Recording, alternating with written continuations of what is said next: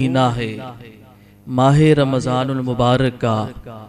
कि 11 महीनों में से ये एक महीना ऐसा है कि 11 महीने एक तरफ और ये महीना एक तरफ है, और गोया ये एक महीना हमें बाकी 11 महीनों को गुजारने की तरतीब सिखाता है कि जिस तरह तुमने इस एक माह को, इस एक महीने में जिस अंदाज से तुमने इबादत की है, जिक्र ज़िकार किया है, कुरान पढ़ा है, नमाजें पढ़ी हैं कसरत के साथ, तो गोया ये एक महीना बाकी 11 महीनों के गुजारने का एक तरीका है जो साल के बाद आता है, और हमें दोहरा दिया जाता है, बता दिया जाता है कि बाकी 11 माह तुमने कैसे गुजारने हैं। मगर बदकिस्मती से हम इस चीज को समझते नहीं। हम समझते हैं कि 5 नमाजें सिर्फ रमजान में ही पढ़नी चाहिए। बाद में हम जो है वो दूर दूर तक मस्जिदों का रुख नहीं करते। हम समझते हैं कि कुरान सिर्फ रमजान में ही पढ़ना चाहिए, जिक्र व ज़िकार सिर्फ रमजान में ही होना चाहिए, उसके बाद रमजान गया तो हर चीज गई। तो ये बंदा मोमिन का शियार नहीं, ये मुसलमान के ईमान का तकाजा नहीं है। तो रब की इबादत तो हर हाल में होनी चाहिए। जिस तरह ये एक महीना रमज़ानुल मुबारक का महीना बरकतों वाला है, उसका दिया हुआ है, बाकी 11 माह भी उसी तरह हम पर लाजिम है कि बाकी 11 माह में भी हम नमाजों की पाबंदी करें, उनमें भी हम कुरान को पढ़ें, उनमें भी हम जिक्र ज़िकार करें, तौबा और इस्तिग़फ़ार करें, गुनाहों से अपने आप को बचाएं। तो ये एक जो महीना है आ रहा है, तो कहा गया कि शैतान को जकड़ दिया जाता है, शैतान को बंद कर दिया जाता है।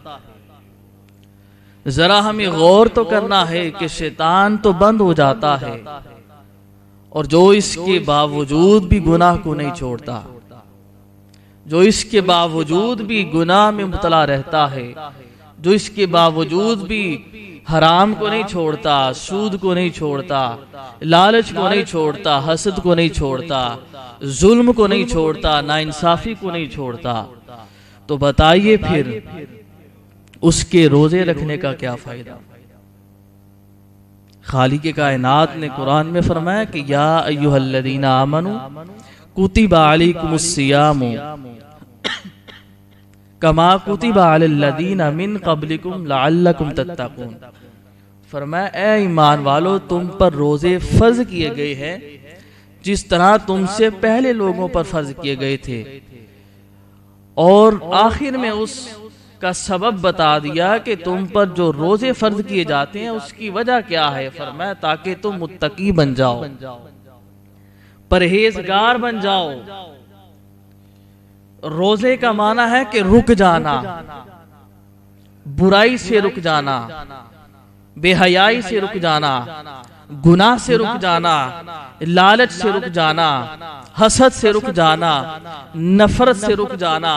जुल्म से रुक जाना, नाइंसाफी से रुक जाना। तो जो बंदा रोजा भी रख रहा है मगर इन जराइम से रुक नहीं रहा, अपने आप को पाक नहीं कर रहा, कि जिस जो मकसद का कुरान ने बता दिया था कि इन रोजों का मकसद ये है कि तुम पाक हो जाओ, तुम्हारे दिल खौफे इलाही से पाक हो जाए,